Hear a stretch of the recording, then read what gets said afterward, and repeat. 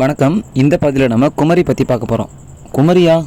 குமரினா பெண்ணாச்சு. ஆமாங்க. ஆனால் குமரின்றதுக்கு இன்னும் ஒரு அர்த்தமும் இருக்குது. இளமை அப்படின்ற ஒரு அர்த்தம் இருக்குது. இளமையான ஒரு பெண்ணை தானே நம்ம குமரின்னு சொல்லுவோம். இந்த கற்றாழைக்கு குமரின்னு ஒரு பேர் இருக்குங்க. கற்றாழைக்கு இந்த பேர் ரொம்ப அழகாக இருக்குல்ல. நம்ம வீட்டு மாடி தோட்டத்தில் விளைஞ்சது தாங்க இந்த குமரி.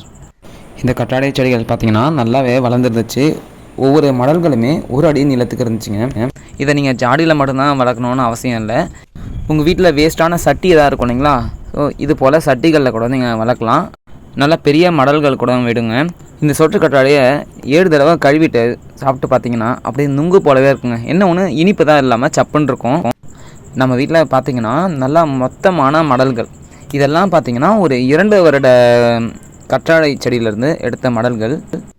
கற்றாழையில் எண்ணற்ற மருத்துவ பயன்கள் இருக்குங்க. அதனால் மாதத்துக்கு ஒரு தடவையாவது கற்றாழை சாப்பிட்டு பாருங்கள். இந்த கற்றாழையிலேருந்து நம்ம சோப் கூட செய்யலாங்க. நம்ம தற்சார்பு வாழ்வியலில் இந்த கற்றாழையும் ஒரு அருமையான பங்கு வகிக்குதுங்க. சரிங்க, நம்ம மற்றும் ஒரு காணொலியில் சந்திக்கலாம். நன்றி, வணக்கம்.